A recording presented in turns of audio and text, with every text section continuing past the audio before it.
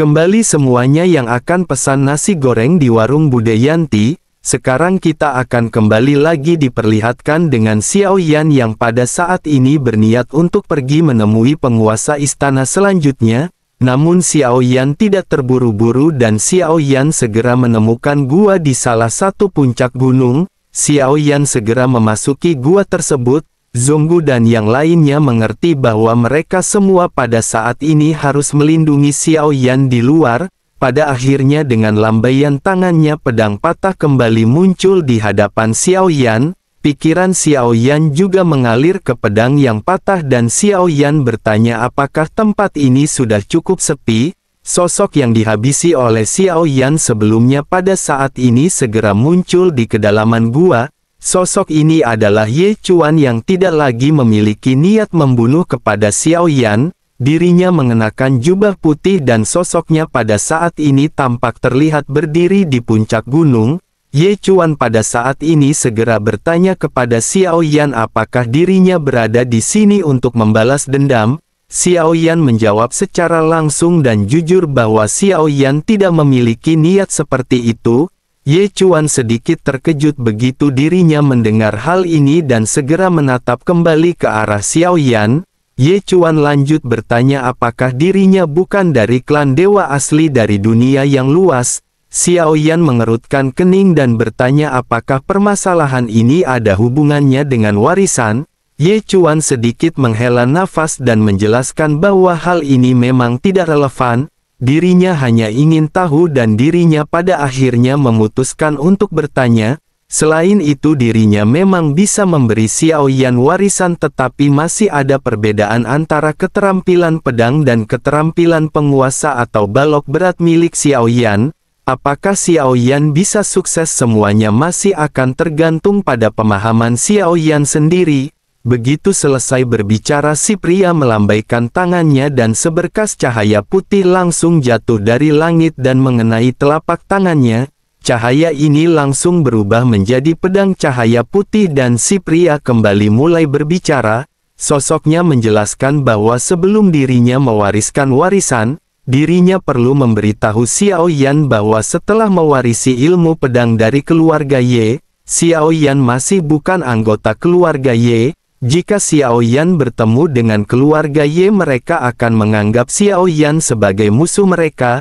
Dirinya berharap saudara tidak akan menghabisi mereka dan saudara pada saat ini bisa berjanji kepada Ye Chuan. Mendengar hal tersebut Xiao Yan tanpa basa-basi langsung mengangguk. Xiao Yan juga bukanlah orang yang membunuh tanpa pandang bulu oleh karena itu Xiao Yan bisa menyetujui permasalahan ini. Ye Chuan pada akhirnya segera mengucapkan terima kasih kepada Xiao Yan. Sosoknya lanjut bergumam saudara di dalam pertempuran seharusnya telah menahan kekuatannya. Dengan kekuatan klan Genshin atau kekuatan klan dewa asli Ye Chuan sebenarnya bahkan tidak akan bisa menggunakan ketiga pedang miliknya. Dirinya telah mendengar bahwa kekuatan dari klan Genshin ini benar-benar kekuatan sederhana tetapi mematikan. Dengan begitu maka pada dasarnya mereka tidak memerlukan warisan keterampilan bertarung seperti ini. Ye Chuan pada saat ini masih tampak terlihat bingung dengan mengapa Xiao Yan menginginkan keterampilan bertarung,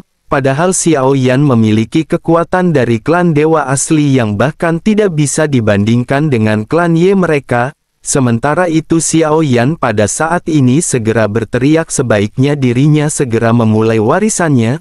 Terlebih lagi jangan juga ajukan pertanyaan yang tidak seharusnya dirinya tanyakan. Mendengar perkataan dingin Xiao Yan, Ye Chuan pada saat ini hanya bisa tersenyum pahit. Meskipun dapat dikatakan bahwa dirinya sebagai seorang guru pada saat ini, dirinya merasa seolah-olah dirinya sedang diperas oleh muridnya. Namun Ye Chuan juga tahu bahwa bahkan meskipun klan Ye pada saat itu berada di masa kejayaannya, dengan ilmu pedang mereka yang berada di puncaknya mereka masih tidak bisa dibandingkan dengan klan dewa asli. Bagaimanapun hanya karena satu ras yang sangat kuat ini mereka dapat mengangkat dunia mereka ke level yang begitu tinggi.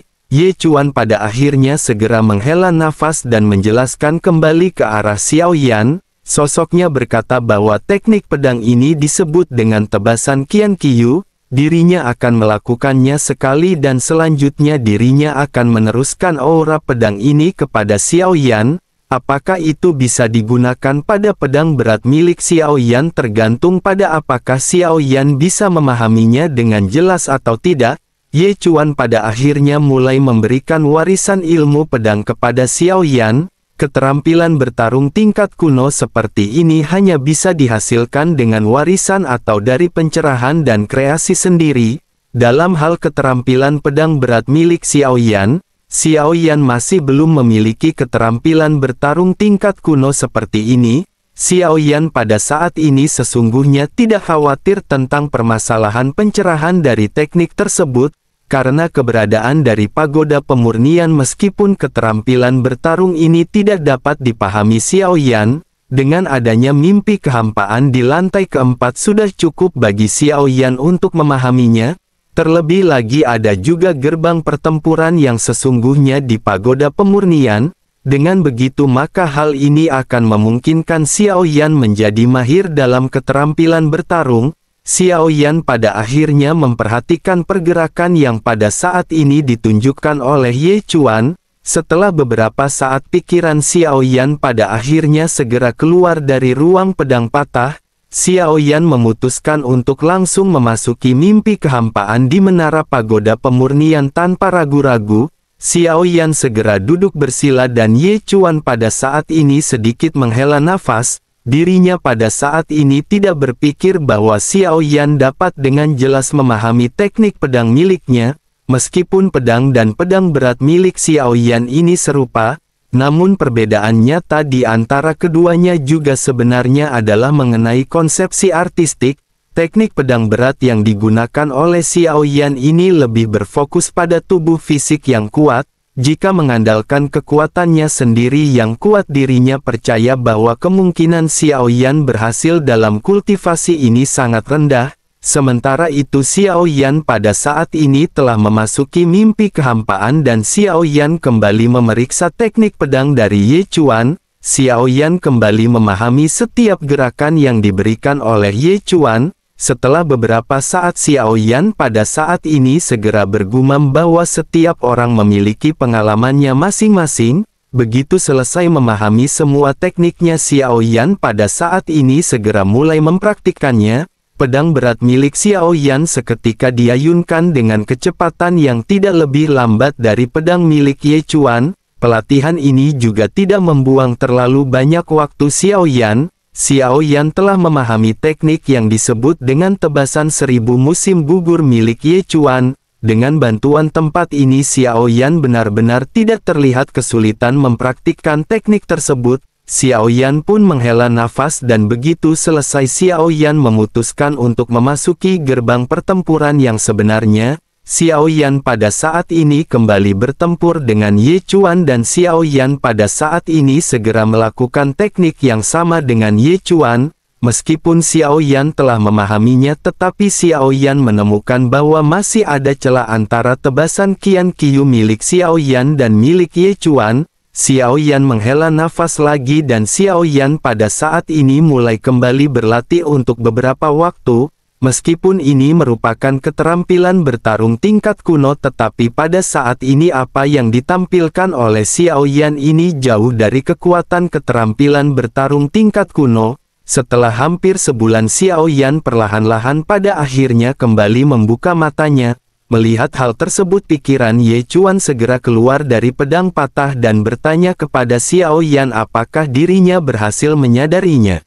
Xiao Yan pada saat ini segera menjawab bahwa Xiao Yan hampir tidak bisa memahaminya. Mendengar hal tersebut pada saat ini Ye Chuan menghela nafas dan tampak sedikit khawatir.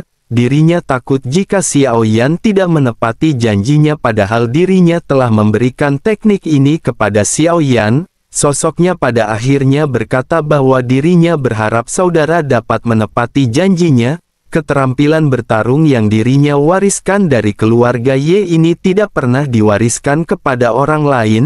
Dirinya juga benar-benar telah mengambil resiko dengan melanggar aturan klan. Selain itu keterampilan bertarung pedang ini juga akan semakin kuat seiring dengan pemahaman Xiao Yan. Jika Xiao Yan bisa menggunakannya dengan kekuatan keabadian dewa, kekuatan tebasan Qian Qiyu ini benar-benar bisa dilepaskan sepenuhnya. Xiao Yan melirik ke arah Ye Chuan dan Xiao Yan pada saat ini segera berkata dengan dingin. Xiao Yan menjelaskan bahwa Xiao Yan hanya bertanggung jawab untuk membawanya keluar dari sini. Selain itu Xiao Yan pada saat ini menyadari bahwa dirinya seharusnya ragu tentang keterampilan bertarung ini. Ye Chuan yang berada di antara pedang patah pada saat ini tertegun sejenak seolah-olah dirinya tidak menyangka Xiao Yan akan mengetahuinya. Ye Chuan pun segera berkata bahwa konsep artistiknya memang agak tidak lengkap, tetapi bukan karena dirinya melakukannya dengan sengaja, hal itu karena dirinya hanya memiliki sisa jiwa yang sangat lemah.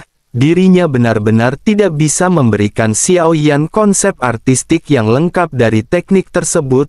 Namun meskipun begitu, jika mereka bisa meninggalkan tempat ini, Xiao Yan bisa mengikuti Ye Chuan dan Ye Chuan akan berjanji kepada Xiao Yan bahwa dirinya akan memberikannya konsep artistik lengkap tentang tebasan Qian Qiyu. Mendengar hal tersebut Xiao Yan tidak menjawab dan Xiao Yan pada saat ini segera melambaikan tangannya. Xiao Yan kembali memasukkan pedang patah ke dalam cincin penyimpanan. Xiao Yan pun segera bergegas bergerak keluar gua dan pada saat ini di luar gua Xiao Yan bisa mencium adanya bau darah yang menyengat. Zonggu dan yang lainnya sepertinya baru saja mengalami pertempuran sengit dan ada beberapa mayat di tanah. Xiao Yan pun segera bertanya apakah yang telah terjadi di sini.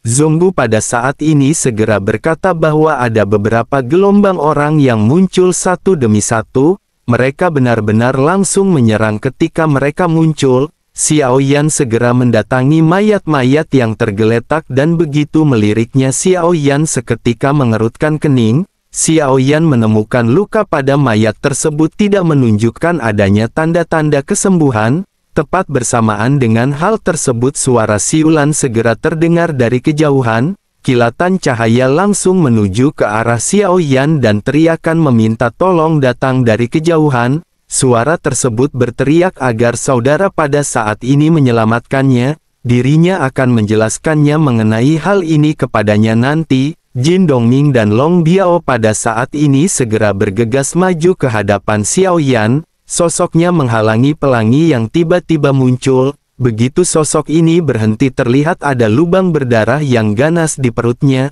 Salah satu lengan si pria juga terlihat patah dan beberapa pelangi pada saat ini mengejarnya dengan cepat. Sosok yang meminta bantuan Xiao Yan ini tidak asing dan ini adalah sosok si Xiao yang sebelumnya dihajar oleh Xiao Yan. Sosoknya tampaknya pada saat ini tidak hanya telah kehilangan harga diri tetapi bahkan telah terluka dengan parah. Si Xiao juga pada saat ini benar-benar tidak lagi memiliki pilihan lain dan hanya bisa meminta bantuan kepada Xiao Yan. Si Xiao kembali berkata dengan penuh permohonan. Sosoknya berkata agar saudara pada saat ini membantu si Xiao. Maafkan si Xiao karena telah menyinggung saudara berkali-kali sebelumnya. Dirinya mengakui kesalahannya dan dirinya pada saat ini benar-benar meminta maaf dengan tulus. Dirinya juga telah lama berada di sini dan mengetahui banyak informasi. Dengan begitu maka dirinya bersedia melayani Tuan sebagai majikannya. Si Xiao berkata dengan cepat dan pada saat yang bersamaan, beberapa cahaya datang dari kejauhan seketika memadat satu demi satu. Ada 5 sosok di antara mereka dan mereka mengenakan pakaian yang hampir sama. Dengan begitu terlihat jelas bahwa mereka berasal dari kekuatan atau klan yang sama. Pemimpin dari kelompok ini pun segera berteriak tanpa memandang sosok Xiao Yan sama sekali. Sosoknya berkata bahwa si Xiao telah menyinggung klan yang Hua mereka. Kemanakah dirinya akan melarikan diri dan dirinya benar-benar tidak terima karena hampir ditipu oleh si Xiao. Mereka hampir kehilangan nyawa akibat semua yang dilakukan oleh si Xiao. Oleh karena itu pada saat ini dirinya harus mati di tangan mereka. Mendengar hal tersebut wajah si Xiao terlihat galak dan dirinya segera berteriak ke arah si pria. Sosoknya lanjut berkata bahwa merekalah yang telah memulai hal ini terlebih dahulu. 5 anggota keluarga Si telah dijebak oleh mereka. Sekarang hanya tersisa Si Xiao, dan apakah mereka benar-benar ingin mencoba membasmi seluruh keluarga Si? Apakah mereka benar-benar tidak takut dengan keluarga Si? Keduanya tampak berdebat di udara, tetapi Xiao Yan tidak bisa memahami esensi dan alasan mereka. Sementara itu si pria yang bernama Yang Hongxuan pada saat ini juga segera berkata dengan marah. Sosoknya berkata bahwa mereka benar-benar tidak takut dengan keluarga Si. Dirinya telah mendengar leluhur keluarga Si telah menghilang selama ribuan tahun. Dirinya khawatir leluhur dari keluarga Si benar-benar telah mati. Sementara itu leluhur keluarga Yang Hua mereka masih ada dan mereka tidak perlu takut kepada keluarga Si. Xiao Yan sedikit mengerutkan kening dan menyadari tampaknya kedua keluarga di masing-masing sisi memiliki kebencian sendiri. Namun si Xiao tampaknya berada di posisi yang kurang beruntung. Teman-temannya telah mati dan hanya si Xiao yang tersisa dan dirinya benar-benar telah terjatuh dalam kondisi putus asa sendirian. Di kejauhan begitu perkataan dari pria bernama Yang Hongxuan terdengar, sosoknya segera memimpin dan mengangkat tangannya untuk menyerang langsung ke arah si Xiao. Pada saat ini si Xiao benar-benar terluka parah dan bahkan kecepatan pemulihannya juga sangat lambat. Jelas sekali bahwa dirinya benar-benar telah dipukul secara ekstrim oleh kelima sosok tersebut. Si Xiao pada saat ini segera berbalik untuk menatap ke arah Xiao Yan dengan tatapan memohon di matanya. Dirinya tahu bahwa dirinya pada saat ini telah berada di akhir kekuatannya. Jika Xiao Yan tidak membantu maka dirinya benar-benar akan dimakamkan di sini hari ini. Sementara itu di sisi lain di tengah-tengah penyerangan, Jin Dongming segera mengambil tindakan secara tiba-tiba. Jin Dongming adalah orang yang cerdas dan meskipun Xiao Yan tidak berbicara, jika dirinya hanya melihat si Xiao dibunuh dirinya benar-benar tidak akan bisa memaafkan orang-orang di depannya. Ledakan pada akhirnya segera terjadi dengan Jin Dongming yang pada saat ini memegang pedang panjang. Kekuatan keabadian melonjak dari tubuhnya dan dirinya berhasil memblokir serangan Yang Hongxuan dengan satu pedang. Sosok Yang Hongxuan juga pada saat ini seketika mundur dan bertanya apakah saudara ingin bermusuhan dengan klan Yang Hua mereka. Jin Dongming pada saat ini segera berkata bahwa mereka tidak mengenali orang ini. Mendengar hal tersebut Yang Hongxuan pada saat ini masih memiliki kesabaran di dalam hatinya. Secara intuitif dirinya juga pada saat ini bisa merasa bahwa orang-orang di hadapannya ini tidak mungkin sederhana. Namun meskipun begitu Yang Hongxuan pada saat ini masih tidak mau menyerah dan segera kembali mulai berbicara. Sosoknya menjelaskan bahwa jika dirinya tidak mengenalinya tolong serahkan orang ini kepada mereka dan semuanya bisa berjalan dengan jalannya masing-masing. Begitu mendengar hal ini Xiao Yan tanpa tergesa-gesa segera mulai ikut berbicara. Xiao Yan berkata bahwa meskipun mereka tidak mengenalinya, mereka juga menginginkan nyawa orang ini. Begitu mendengar hal ini Yang Hongxuan seketika mengerutkan kening dan wajahnya langsung menjadi gelap. Yang Hongxuan pada akhirnya kembali berkata dengan dingin bahwa mereka semua ada di sini untuk mencari keberuntungan. Nyawa orang ini juga sesungguhnya tidak berharga. Jika saudara memang menginginkan hal tersebut maka saudara bisa membunuhnya sekarang di depan mereka. Dengan begitu maka ini benar-benar akan menghemat waktu dan tidak mengotori tangan mereka. Xiao Yan pada saat ini menyipitkan matanya karena Xiao Yan bisa merasa ada sesuatu di dalam kata-katanya. Jelas perkataan ini merupakan perkataan yang sedikit mengandung sarkasme. Perkataan ini seolah-olah ingin mengatakan bahwa Xiao Yan dan si Xiao benar-benar terlihat rendah. Mereka benar-benar telah bekerja sama untuk membodohi sosok Yang Hongxuan. Xiao Yan pun sedikit tersenyum sebelum akhirnya ledakan seketika segera terjadi. Suara ini tidak terlalu keras tetapi hal ini membuat mata Yang Hongxuan tiba-tiba mengecil. Sebelum dirinya sempat bereaksi sesosok tiba-tiba muncul di hadapannya. Sebuah pukulan melesat dari pinggang dan langsung mengenai dada Yang Hongxuan dengan keras. Terjadi ledakan keras dan sosok Yang Hongxuan seketika terlempar mundur. darah juga seketika keluar dari sudut mulutnya. Beberapa orang di belakangnya segera menangkap Yang Hongxuan yang kehilangan pusat gravitasinya. Yang Hongxuan pada akhirnya segera menstabilkan tubuhnya dan dirinya tiba-tiba melihat ke arah di mana dirinya diserang. Ternyata Xiao Yan lah yang langsung mengambil tindakan terhadap Yang Hongxuan. Xiao Yan pada saat ini dengan ringan segera berkata bahwa jika dirinya berbicara seperti itu Xiao Yan tidak keberatan mengambil nyawa mereka. Yang Hongxuan jelas tidak menyangka bahwa kecepatan Xiao Yan akan begitu luar biasa. Kecepatan ini benar-benar tidak bisa dirasakan oleh Yang Hongxuan. Kecepatan ini benar-benar hampir mencapai efek teleportasi melintasi ruang angkasa. Bahkan sebelum teleportasi datang seharusnya dirinya bisa merasakan fluktuasi ruang terlebih dahulu. Namun sekarang ketika berhadapan dengan Xiao Yan dirinya sama sekali tidak merasakan adanya fluktuasi. Bahkan dirinya tidak menyadari adanya aura yang melonjak di tubuh Xiao Yan ketika dirinya melesatkan serangan. Tiba-tiba sosok Xiao Yan muncul di hadapannya dan benar-benar memberikan pukulan yang kuat. Mata Yang Hongxuan pun seketika memerah dan dirinya menarik nafas dalam-dalam dengan dada yang terlihat cekung.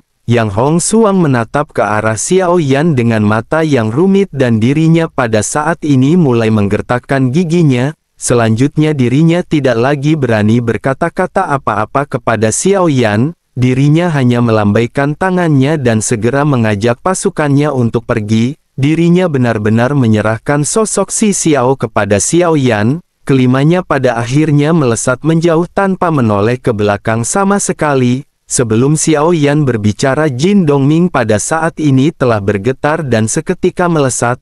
Long Biao juga pada saat ini segera mengambil tindakan begitu melihat pergerakan dari Jin Dongming. Keduanya pada saat ini mengejar kelima sosok tersebut dan kelimanya seketika terhenti. Yang Hongxuan yang dihentikan segera menatap ke arah Xiao Yan di kejauhan dan berteriak dengan marah.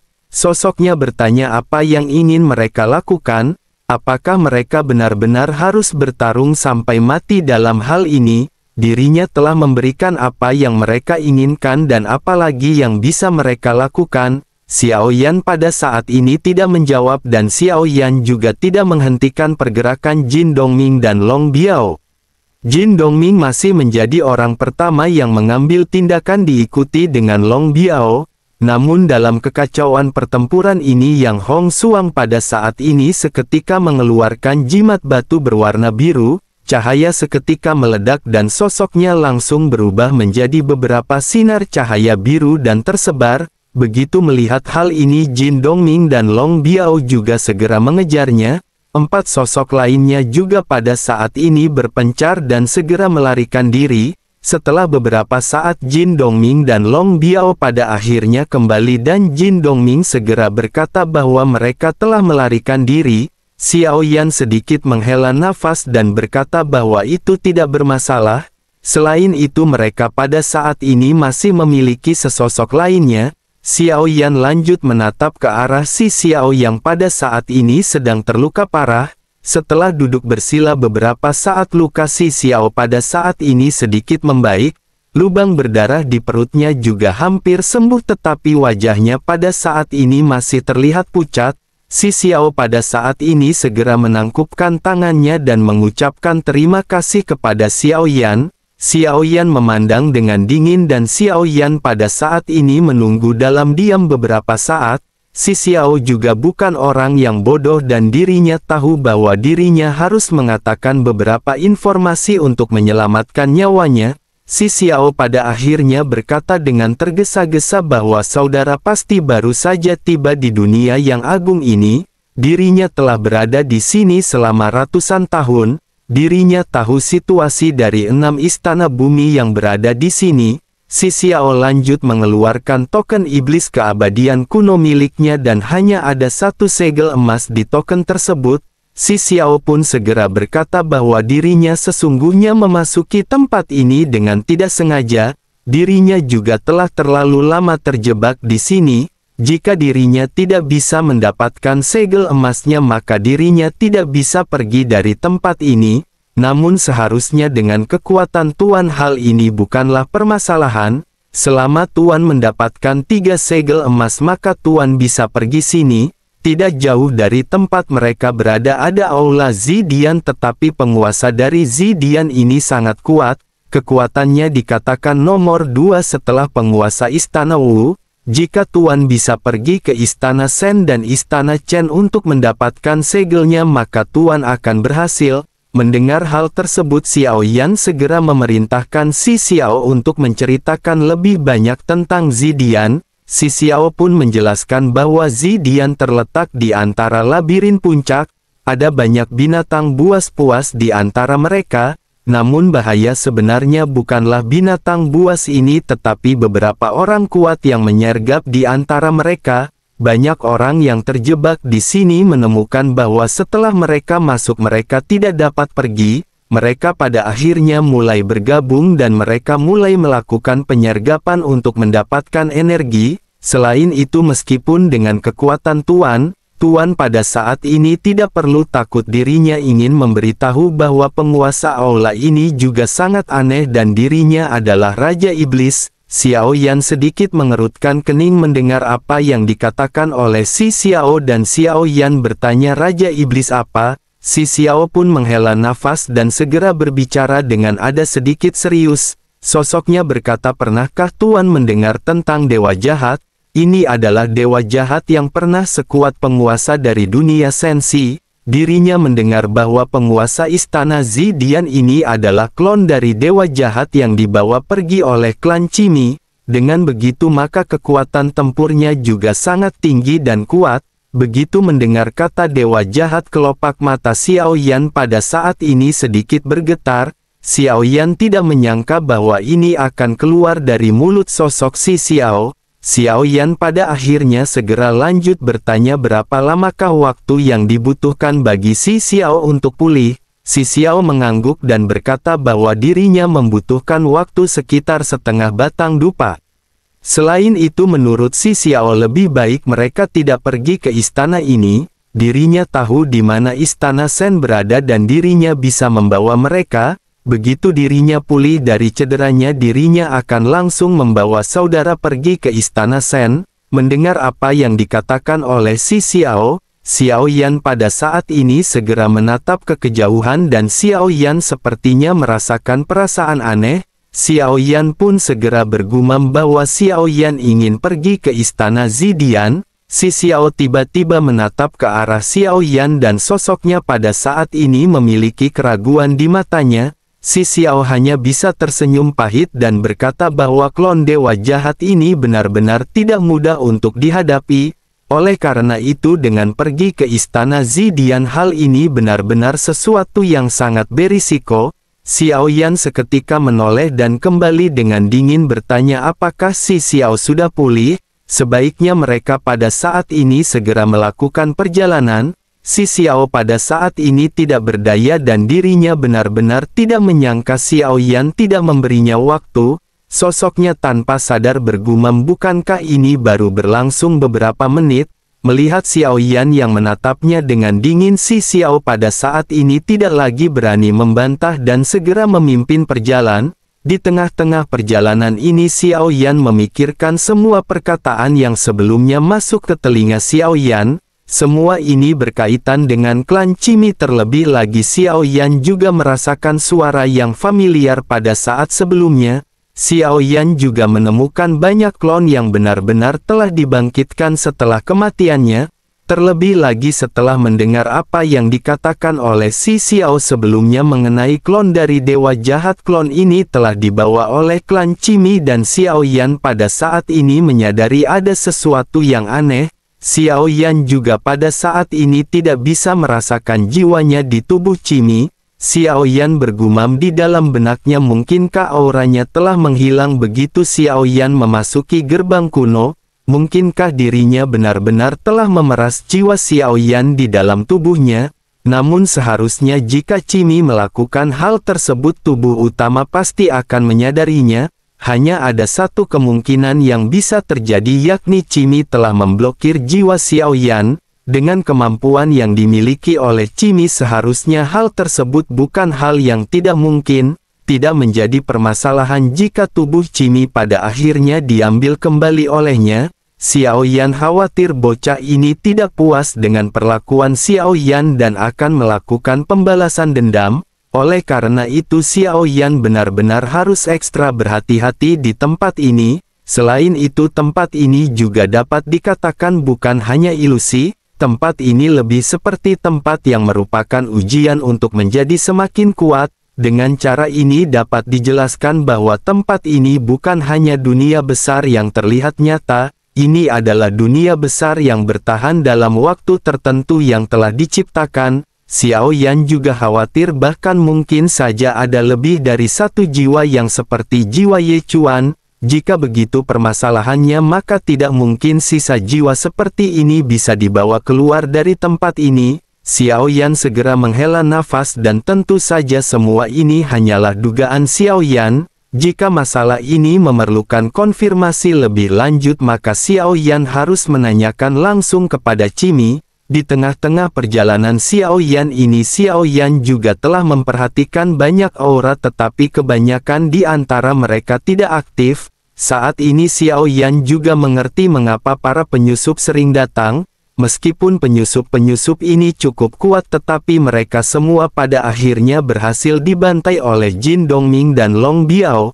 Tempat ini persis sama dengan apa yang dikatakan oleh Si Xiao sebelumnya. Seseorang dapat dengan mudah masuk ke tempat ini tetapi tidak mudah bagi mereka untuk bisa keluar.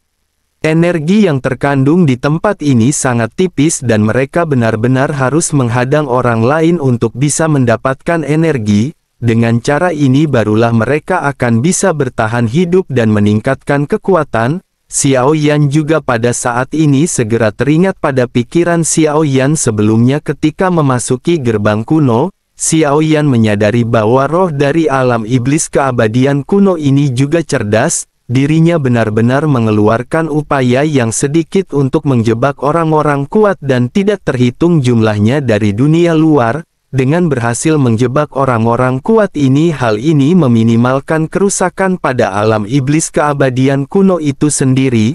Setelah beberapa saat terbang Xiao Yan dan yang lainnya pada saat ini dihentikan oleh pegunungan di depan mereka. Walaupun alam surgawi yang agung bisa diterbangi, namun jaraknya terbatas sehingga tidak mungkin bagi mereka untuk melintasi pegunungan yang menjulang tinggi. Mereka harus memasuki puncak gunung yang tidak berujung untuk melanjutkan perjalanan. Melihat ke sekeliling selain dari pegunungan yang rumit ada juga terdapat lapisan kabut hitam yang membuat semua orang merasa seram. Si Xiao juga pada saat ini menjelaskan kepada Xiao Yan bahwa ada 6 aula di Istana Bumi, tetapi dirinya belum pernah memasuki sub-aula ini. Tidak ada orang yang mau memasuki tempat ini dan hanya ada sebagian yang terpaksa melakukannya karena persaingan. Menanggapi hal tersebut Xiao Yan pun segera bertanya apakah ada krisis yang terjadi. Si Xiao segera menjelaskan bahwa dirinya hanya mendengar tentang Zidian, dirinya hanya tahu bahwa ada kabut beracun di dalamnya yang mengandung banyak serangga yang sangat beracun. Kabut beracun tersebut memiliki efek mengganggu jiwa dan Zidian tersembunyi di dalamnya. Sosoknya sangat sulit untuk ditemukan. Jika mereka menghirup kabut beracun untuk waktu yang lama dan tidak dapat menemukan Zidian, kabut beracun ini secara bertahap akan mengendalikan pikiran mereka dan mengubah mereka menjadi boneka. Mendengar hal tersebut Xiao Yan pada saat ini segera berkata agar mereka semua beristirahat terlebih dahulu. Xiao Yan pada saat ini masih perlu mundur untuk beberapa saat. Xiao Yan pada saat ini berencana untuk memurnikan beberapa pil detoksifikasi sebelum masuk. Xiao Yan berencana untuk memurnikan pil pemecah racun Tianling, namun Xiao Yan tidak memiliki cukup bahan obat untuk memurnikan pil tersebut. Namun meskipun begitu Xiao Yan bisa memperbaiki dan memurnikan beberapa pil detoksifikasi yang serupa. Meski kemanjuran sedikit lebih rendah tetapi hal ini masih lebih baik daripada tidak ada sama sekali. Xiao Yan pada akhirnya duduk bersila di kedalaman gua dan segera memulai memurnikan pil detoksifikasi. ramuan ini disempurnakan oleh Xiao Yan dengan cepat dan aroma pil pada saat ini menyebar, meskipun bahan yang digunakan tidak sebagus dengan pil pemecah racun Tianling yang asli. Pil detoksifikasi di tangan Xiao Yan ini hampir berada di tingkat setengah dewa, kemanjurannya juga masih dapat memberikan bantuan kepada Xiao Yan hingga batas tertentu. Xiao Yan pun menghela nafas dan tepat ketika Xiao Yan hendak meninggalkan gua, sebuah suara yang sudah lama tidak terdengar kembali terdengar di benak Xiao Yan. Zhan Lao pada saat ini berkata bahwa Xiao Yan telah melewatkan sesuatu. Xiao Yan pada saat ini bisa pergi ke lantai 14 dan melihat-lihat. Xiao Yan seketika terkejut mendengar lantai 14 telah bisa dimasuki oleh Xiao Yan. Menara pagoda pemurnian ini memiliki total 22 lantai. Sebelumnya Xiao Yan telah memasuki lantai ke-13 yakni Lautan 10.000 Roh. Tempat ini dapat menampung sumber daya dunia. Selama periode waktu ini Xiao Yan jarang mengandalkan pagoda pemurnian dan tanpa diduga Zhan Lao akan berbicara pada saat ini. Xiao Yan pada akhirnya kembali duduk bersila dan pikiran Xiao Yan segera memasuki pagoda pemurnian. Xiao Yan langsung sampai di lantai 13 di mana ada seberkas cahaya yang merupakan jalan menuju ke lantai 14. Xiao Yan pun segera melangkah maju dan berdiri di bawah sorotan cahaya. Sesaat kemudian segala sesuatu di depan Xiao Yan tampak terlihat berubah. Tempat ini tampak merupakan tanah yang dipenuhi dengan tanaman hijau dan energi spiritual yang sangat kaya. Dilihat dari luasnya tempat ini dikelilingi oleh puncak gunung dan membentuk pemandangan cekungan. Di cekungan di atas gunung terdapat gubuk dan di depan gubuk tersebut terdapat tanah datar. Xiao Yan segera mendatangi pondok yang berada di gunung dan pondok ini terlihat tidak besar. Xiao Yan melihat karakter besar yang tertulis di sebuah plakat yang tampak kuno yang bertuliskan Taman Lingpuh. Xiao Yan menarik napas dalam-dalam melihat tempat yang sepertinya sudah lama ditinggalkan. Tidak ada tanaman di tanah di hadapan gubuk dan Xiao Yan pada saat ini tampak terlihat bingung. Xiao Yan pun mencoba memasuki rumah kecil yang bernamakan Lingpuh. Begitu Xiao Yan membuka pintu rumah ini terlihat tidak besar dan ada meja kayu dengan bangku kayu di dalamnya. Ada 3 benda yang terlihat seperti cangkul garpu dan keranjang. Benda ini terlihat sangat biasa dan tidak ada yang istimewa dan Xiao Yan bergumam mungkinkah Xiao Yan diizinkan mengolah bahan obat di sini? Namun jika benar seperti itu apakah hal ini merupakan hal yang mungkin? Segera setelah itu sosok Zhan Lao diam-diam muncul di belakang Xiao Yan dan perlahan maju. Zhan Lao segera berkata agar Xiao Yan jangan meremehkan Taman Lingpuh. Sebagian besar bahan obat untuk memurnikan ramuan dewa terkecuali hewan hidup mereka dapat dibudidayakan di tempat ini. Adapun siklus pertumbuhannya akan ditentukan oleh 5 kekuatan elemen. Begitu berbicara Zhan Lao melihat ke arah meja dan ada 5 manik spiritual dengan warna berbeda, masing-masing berisi sejumlah kecil kekuatan dari 5 elemen. Xiao Yan juga menatap ke arah 5 manik roh dan sedikit mengangkat alisnya. Xiao Yan bertanya apakah kelima elemen ini adalah emas, kayu, air, api, dan tanah. Zhan Lao sedikit mengangguk dan berkata sebaiknya Xiao Yan menuangkan kekuatan api Xiao Yan ke dalam manik roh api. Xiao Yan pun mengangguk dan Xiao Yan segera mengangkat telapak tangannya dan lanjut menekannya kepada manik roh berwarna merah. Nyala api seketika naik sebelum akhirnya diserap oleh manik roh dengan gila-gilaan. Dalam sekejap Xiao Yan tiba-tiba menarik lengannya dengan ekspresi penuh keterkejutan. Kekuatan serapnya benar-benar terlalu menakutkan hingga bahkan hampir menyentuh kekuatan inti dari jantung api di tubuh Xiao Yan. Segera setelah itu cairan merah di mutiara roh api naik banyak dan di saat yang bersamaan, udara di Taman Lingpuh langsung menjadi panas dan Xiao Yan mengerutkan kening. Sementara itu Zhan Lao pada saat menjelaskan bahwa bahan obat yang berbeda memerlukan energi langit dan bumi yang berbeda. Beberapa bahan obat seperti yin dan beberapa bahan obat seperti yang. Selama Xiao Yan memiliki satu tanaman obat di kebun ini, Xiao Yan akan dapat membudidayakannya menjadi lebih banyak. Selain itu, bahan obat ini juga mungkin akan bisa memiliki kualitas yang lebih tinggi. Dengan begitu, maka ramuan yang dimurnikan darinya juga akan mencapai efek yang tidak terduga. Juga Xiao Yan mendesis dingin mendengar apa yang dijelaskan oleh Zhan Lao dan tanpa sadar bergumam bahwa ini benar-benar luar biasa. Zhan Lao pun segera tersenyum dan berkata sebaiknya Xiao Yan mencoba menanam. Xiao Yan pun segera mengangguk dan Xiao Yan pada saat ini segera mengambil alat pertanian di dalam ruangan. Xiao Yan tahu bahwa tanah di halaman perlu direklamasi dan Xiao Yan pada saat ini segera mengambil cangkul. Xiao Yan mengambil cangkul yang tampak biasa, namun begitu Xiao Yan merasakannya lebih lanjut, Xiao Yan bisa merasakan adanya perasaan berat dari cangkul tersebut. Bahkan bobotnya benar-benar lebih berat jika dibandingkan dengan pedang berat milik Xiao Yan. Dengan penuh ketakjuban, Xiao Yan pada akhirnya keluar dari gubuk dengan cangkul miliknya. Xiao Yan menatap ke arah sebidang tanah yang berwarna hitam. Xiao Yan menyadari bahwa tanah ini juga tampak bukan seperti tanah yang biasa. Xiao Yan pun menghela nafas dan Xiao Yan pada saat ini segera mengambil ranting patah dari cincin penyimpanannya. Xiao Yan bergumam, mari mereka mencoba dengan King Xuan Demon Luo Zi ini terlebih dahulu. Xiao Yan pada akhirnya segera menggerakkan cangkulnya dan cangkul langsung tenggelam terjatuh ke dalam tanah hitam. Kekerasan tanah hitam ini benar-benar masih jauh melebihi imajinasi dari Xiao Yan. Meskipun Xiao Yan berhasil menggali, tetapi butuh banyak energi untuk bisa melubangi tanah. Pekerjaan ini benar-benar tidak mudah dan aliran energi Xiao Yan pada saat ini terus-menerus terkuras. Xiao Yan mengayunkan cangkulnya 10 kali berturut-turut, tetapi Xiao Yan langsung merasa lelah. Xiao Yan pada saat ini benar-benar tidak menyangka bahwa hal ini akan berdampak seperti ini. Xiao Yan pun bergumam, mungkin ini masih memiliki efek untuk bisa membentuk kekuatan tubuh.